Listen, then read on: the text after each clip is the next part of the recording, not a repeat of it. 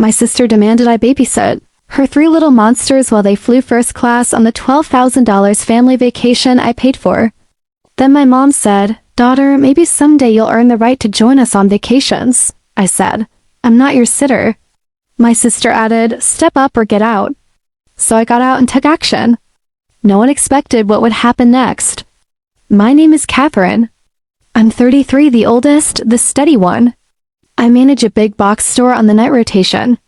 I know exactly how many pallets fit down aisle 9 and which teenager will call out 5 minutes before shift.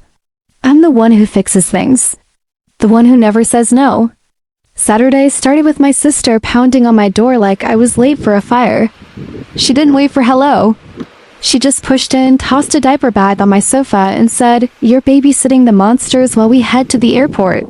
I blinked at her. "The what, my 3?" She said, already texting. "You know monsters? Quit pretending you don't love them." Behind her, my mom slipped in like a storm front, wearing that face she uses when she's already decided something. "Daughter," she said sharp and bright, "maybe someday you'll earn the right to join us on vacations. For now, do your part." I stood there in my own doorway in my own paid-off sneakers, trying to process the speedrun I just watched. "The $12,000 family vacation," I said quietly. "The one I paid for." My sister's thumb didn't stop moving. "Flights go up if you drag your feet." I glanced at the kids. Shoes on the wrong feet. One sticky face. A tablet with a cracked screen playing a cartoon on full blast. My living room smelled like grape juice and panic. "I manage a store," I said. "I work tonight." My mom gave me a look like I'd said a joke at a funeral. "You can swap. You always swap." "I swapped last week for your dentist," I said. "That was different," she said. I took a breath. "I'm not your sitter." My sister finally looked up. "Step up," she said flat like a boss giving an HR warning. "Or get out." I stared at her, at my mom, at the diaper bag, bleeding wipes onto my couch, at the text preview on my sister's phone. First class upgrade confirmed. Something in my chest moved. Not loud, not hot, just done. "Okay," I said. "I'll get out." No one expected what would happen next. Not them. Definitely not me. But the first click had already happened in my head. Quiet. Final. I picked up the diaper, bag by 2 fingers, and set it back into my sister's arms. "Find another sitter," I said, and closed the door on the only family I'd ever had. I didn't become the responsible one because I loved rules. I became her because someone had to make dinner when Dad dipped. Because someone had to sign for packages when Mom worked doubles and forgot. Because my sister, bright, wild, allergic to consequences, was always the crisis of the hour. I was the one who held things together. At 16, I bagged groceries to pay our electric bill. At 20, I slept in my car between community college classes and the warehouse. At 28, I took the graveyard manager job because the extra $2.5050 salaries per hour meant my sister could finish her medical billing certificate. I covered deposits, phone bills, emergencies that looked a lot like new lashes, and a winter trip to Miami. Every time I hesitated, Mom said, "You're the woman of the house." Then when I did it, she said, "That's what family is." The thing about being the woman of the house is you never get to be the daughter. 2 years ago, my sister had her 3rd baby. The father had a motorcycle and a disappearing act. I stepped in. I installed car seats. I built a crib at 3 a.m. on my only night off. I learned which formula didn't make the middle kids scream. I fixed the dryer with parts pulled from a junked one behind the store. I didn't complain out loud. I kept the record of every transfer in a clean spreadsheet named family. I never sent it. I told myself I didn't need recognition. I told myself I was strong because I didn't. Then my sister texted, "Big family vacation idea. We deserve it." The group chat lit up. My aunt heart reacted. My cousin dropped a beach gif. Mom wrote, "Catherine can book. She's good at computers." I shouldn't have answered, but she caught me at work between a vendor call and a pallet break. "Just hold the rooms." My mom said, "We'll pay you back after taxes." After taxes became after summer became, "Stop pressuring us, Catherine. Money isn't everything." In the end, the number was $11,774,268. Flights and hotel and a suite with a balcony for the littles. I told myself it was okay. I told myself that watching them all be happy on a beach would be worth the overtime migraines. I told myself they would remember. What they remembered was that I was a wallet. The week before the flight, my sister called at 6:12 a.m. "I need you to watch the kids the day we leave," she said, like we'd already agreed. "We're gonna hit the lounge early. Get those free mimosas." "I work nights," I said. "I sleep mornings." "I've told you that 100 times. "Sleep when you're dead," she said. "We're flying across the country with 3 toddlers. Be a sister." Mom called before I could sip coffee. "Don't make things hard," she said. "If you'd settled down by now, you'd understand how much your sister needs help. She does everything alone." I didn't say the line that burned my throat. She doesn't do it alone. I do it with her. I didn't bring up the last Christmas and I spent my bonus on a Nintendo Switch, because my sister wanted the kids to have the same as their classmates. Or the time I left my shift during inventory to pick up her oldest from preschool because she'd forgotten it. Or the Valentine's weekend I slept on her couch so she could go out and feel 21 again. I just said, "We'll figure it out," which in our family was code for Catherine will handle it. 2 days before the flight, I opened our family chat to find a photo of my sister's luggage lined up at the door, matching rose gold suitcases with monogram tags. I stared at it while my microwave screamed about the cup noodles I've been eating too often. I read the caption twice. "First class upgrade, manifesting good times." I opened my banking app and scrolled past the resort charge. The flight upgrades weren't on my card. Okay, cool. Maybe her child support finally kicked in. Maybe mom helped. Then I saw the payment history for cash transfers to my sister since March. $300, $450, $150, $200, captioned with the same lie each time. "I'll pay you back when we file taxes." We were in July that night during a break. I stood in the back hallway by the dented Pepsi machine and watched security camera footage of teenage shelf stalkers making TikToks on the loading dock. I should have told the assistant to crack down, but I couldn't make myself care. I was thinking about 12 grand about manifesting while my sheets smelled like stale coffee. About the way small debts turn into a story of family that tells about you. She loves to help. She never says no. The morning of the flight, they showed up at 7:42, like a delivery window I hadn't agreed to. My sister had a blowout and white nails. Mom wore a visor and the same perfume she saved for weddings. "You're a lifesaver," my sister said, pushing past me. "They're already fed." Well, technically the kids were adorable. I won't lie. The oldest ran to my fridge yelling, "Pickles!" Like we were doing a bit. The baby grabbed my hand with her entire tiny fist and said, "Ka." The middle one climbed onto my sofa and announced the couch was a ship and I was the ocean and I should be quiet. I almost softened. Then my mom said the line she'd been saving. "Daughter, maybe someday you'll earn the right to join us on vacations." And I looked at the 3 suitcases, at the 3 kids, at the diaper bag on my couch. Bleeding wipes and demands at my sister's lock screen, bright with first class. I felt it click, a quiet, gentle lock. "I'm not your sitter," I said. My sister didn't flinch, she smirked. "Step up or get out." I got out. I picked up the diaper bag, placed it in her arms, and nodded toward the door. "Airport's that way." Mom's voice sharpened. "Don't test us, Catherine." I held her gaze. "I already passed." When the door clicked shut behind them, the silence was a new kind of loud. My apartment felt bigger, also emptier. I stood there listening to my own breathing and the old fridge hum, waiting for guilt to crash over me like it always did. It didn't. Not yet. I opened my laptop. I pulled up the spreadsheet called Family. I scrolled the 12,000 reasons I was done. Then I started a new tab titled Boundaries. I didn't know what the plan was, just that I'd finally need one. They came back 5 minutes later, furious and louder. My sister shoved the door so hard it bounced off the stopper. "You're really going to do this?" she said. "After everything I've done for you." I blinked. "Like what?"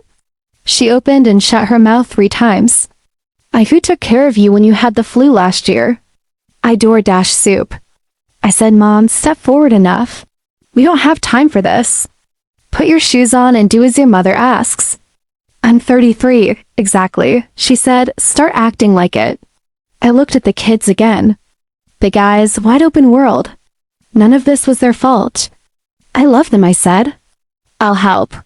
Next time with notice, but today, no. Wow, my sister said, dragging the word out like gum. Maybe someday you'll earn the right to be part of a family. There it was again, I walked to the coffee table. I picked up the printouts from booking. I tucked them under a magazine because I didn't want to look.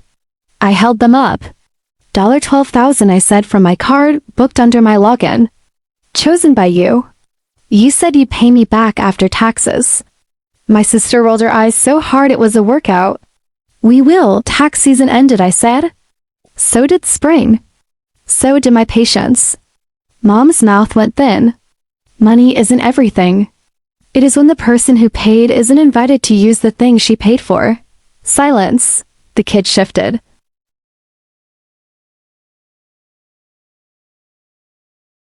The baby chewed the end of her shirt. My sister took a step toward me.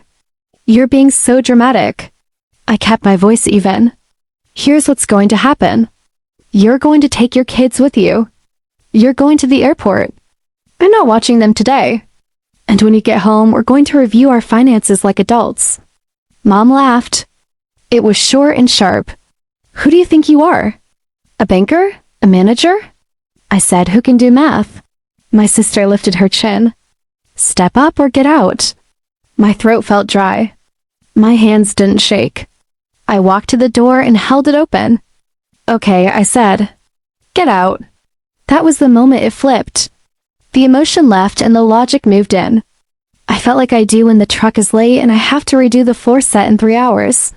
Focused, cold, steady. Fine, my sister snapped, jerking the diaper bag higher. We'll figure it out. Don't beg me to bring you a magnet. They filed out. Mom lingered. You'll regret this. I regret a lot. I said, not this. She gave me a look that used to make me 13 again. It bounced off. The door shut. The stairwell swallowed their footsteps. I exhaled once and then opened my laptop again. I wasn't angry. I was done. And being done felt like a blank piece of paper and a working pen. I pulled up the travel reservation site. Under guest names, I read each field twice. The suite with the balcony, the extra rollway, the kids club passes, all under my account. All changeable until midnight. That's when the real plan arrived. Simple, fair, legal consequences. I typed. Step 1 was practical. I removed my card as the primary on the hotel account. Added a prepaid card with a strict limit. Left the reservation. Changed the check-in time to after 6 p.m. because I'm petty but not cruel. They could still stay. They just couldn't charge room service or spa days to me. Step 2 was cleaner. I canceled the lounge access add-on I purchased because my sister told me the kids would melt without free muffins. Refund went to the original card, mine. The app showed a spinning wheel. Then success. Step 3. I opened the chat locks. Screenshots of will pay you after taxes. You're a lifesaver. She's good at computers. I saved them to a folder named receipts. I didn't blast them anywhere. I just kept them where I could see the story. Exactly as it happened. My phone buzzed. Where is the lounge code? We're at security. Kids tired. Send the code now. Me, lounge access canceled. Refund on my card. Have a safe flight. The typing bubble broke the sound barrier. Sis, what is this? A joke, me? No joke. We'll discuss her payment when you get back. I muted the thread. My apartment went quiet again. I made eggs. I cleaned grape jelly from the sofa arm. I put the cartoons on low for 2 minutes because the silence made the apartment feel like a rented stage after the actors left. At 10:31, my aunt called. I watched it ring out. At 10:33, my cousin texted, "You okay?" Then your mom is saying I canceled their entire trip. Did you? I answered, no, I changed who pays for extras. They're still flying to the vacation I booked. The phone started to feel heavy. At noon, I left for work early. It's a weird comfort stepping into fluorescent light and knowing exactly which end cap is missing a price tag. I signed for a paper towel delivery. I told a kid to clock back in. Normal things, a line of customers with cat litter and cereal. No one here knew I just cut the cord that tied my life to someone else's panic. At 2:14, the pictures started rolling in on social. My sister smiling under a first-class arch. The kids licking pastries. Mom posting a shot of her hand on a champagne flute with the caption, "We deserve nice things." No tags, no thanks, no mention of me. The comments were a parade. Gorgeous. So happy for you. Much needed. My stomach did the small cold roll it does when we find out a pallet is short by 8. At 4:02 the energy shifted. Says they're making us bored later because the kids are cranky and they can't find the lounge muffins. This is your fault, M. The baby spilled juice. She's sticky. This is your fault, me. You're their mom and grandma. They went silent. I went to walk the floor, checked the battery on the pallet jack, helped an old man reach light bulbs, told a teenager his break wasn't optional. It was the law. At 6:47 my phone buzzed again. SJS, where's the hotel card on file? They said there's a limit and we can't put the damage deposit on it. Me, the deposit is refundable? Put it on your card. You'll get it back. Sees, we don't have room. Transfer it, me, no 10 minutes. 20, then Catherine. This is not funny. Think of the children, me, I am. I'm also thinking of the person who paid for this trip. 3 dots, nothing. At 9:18, my assistant manager knocked on the office door. You good? She asked. Why? You've been smiling. I hadn't noticed. Close to midnight, another text. A photo of a dark airport. Kids asleep in a pile of limbs. My sister's caption. We had to downgrade. No hotel tonight, happy. I stared at the photo. I felt something like grief try to climb up my throat. I swallowed it. Typed, I'm sorry the kids are caught in this. You can still check in tomorrow. Let me know when you want to discuss repayment and boundaries. No answer, I closed the store. I drove home through empty streets. I slept 5 hours without waking once. The next morning I made coffee. I opened receipts. I edited last night's messages. Then I did something I'd never done. I wrote out terms like a normal adult who wasn't raised inside a guilt machine. Repayment plan. $500 per month until balance is 0. No more last-minute childcare. 72 hours notice minimum. No insults. No earn the right lines. If these terms aren't respected, we pause support for 90 days. I printed it. I wasn't going to serve it like a landlord. I just needed to see it on paper, not in my head. That afternoon, my sister's friend DM'd me a story I wasn't supposed to see. My sister in a hotel bathroom whispered yelling at her phone. She canceled our lounge passes, she said to the camera. She took back her money like she owns us.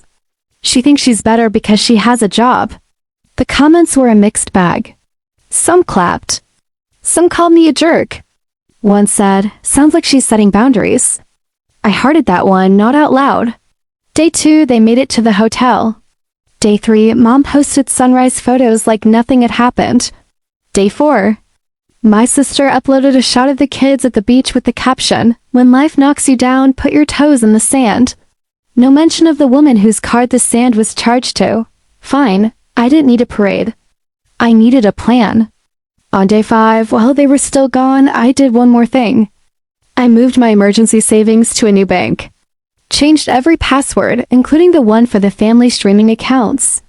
Sent one last text, me, when you get back, we'll meet Sunday 3 p.m. my place. No kids, we'll make it concrete. I'm busy, as guest. Travel day, exhausted. Come to us. Me? No, my place. If you want my involvement, you come to my table. No answer, I set 2 chairs anyway. I made coffee.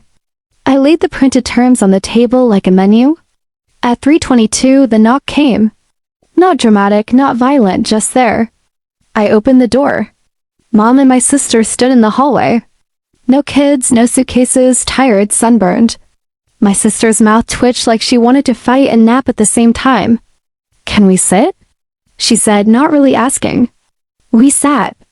I slid the paper to the center. What's this? My mom said, already offended at the font. Boundaries, I said. And a repayment plan. My sister scoffed. We told you we'd pay you back. When I said, I opened and closed my mouth. After taxes. It's July. Silence. I spoke slowly like I do when I need a crew of teens to understand why we zone in caps in a specific order. I'm not punishing you. I'm changing my role. I'm not the default. I won't be your sitter unless I agree. I won't be your card. We can still be family, but it has to be fair. Mom leaned back, crossed her arms. We raised you to help. You raised me to disappear, I said. Quiet, not cruel. True, she flinched. Not much enough. My sister stared at the paper like it might bite. $500 a month, she said. For how long? Until it's done, I said. We can set automatic transfers so we don't fight monthly. She laughed once, shrugged. We don't have 500. You have lash appointments, I said, then took a breath. Sorry, that was mean. Let's be real. If you can't afford $500, you can't afford first class. You can downgrade that and pay your sister. Her eyes flashed. Don't tell me how to live. Then don't spend my money to do it. We sat in that thick air. The old fridge hummed. An upstairs neighbor's kid thumped across the ceiling in the exact rhythm of impatience. Mom's voice softened, a trick I knew by heart. Catherine, we're just trying to survive. So am I said. I'm not shaming you. I'm saying I won't go broke to keep you comfortable. My sister's jaw worked. What if we start at $200 for 3 months, then $400, then $500? I nodded, that's a start. She stared at the paper a long time. Then she did the smallest, bravest thing I've seen her do. She reached for the pen. She signed. She didn't look at me while she did it. She looked at the table like the wood was judging her. Mom didn't sign. She pushed the paper back with one finger like it had germs. I'm not part of this. You're part of the insults, I said. No more earn the right talk ever. If I hear it again, I leave the conversation every time. She stood like a verdict. You children think you invented boundaries. We called them respect. Then respect me, I said. She left without slamming the door. My sister lingered. I'll try, she said. It sounded like a dare she was giving herself. I believed her. Not because of the pen, because of the way her eyes looked when she said it. Tired? Ready? The first transfer hit my account. First transfer hit my account on the 1st of the month. $200 in a first of the month.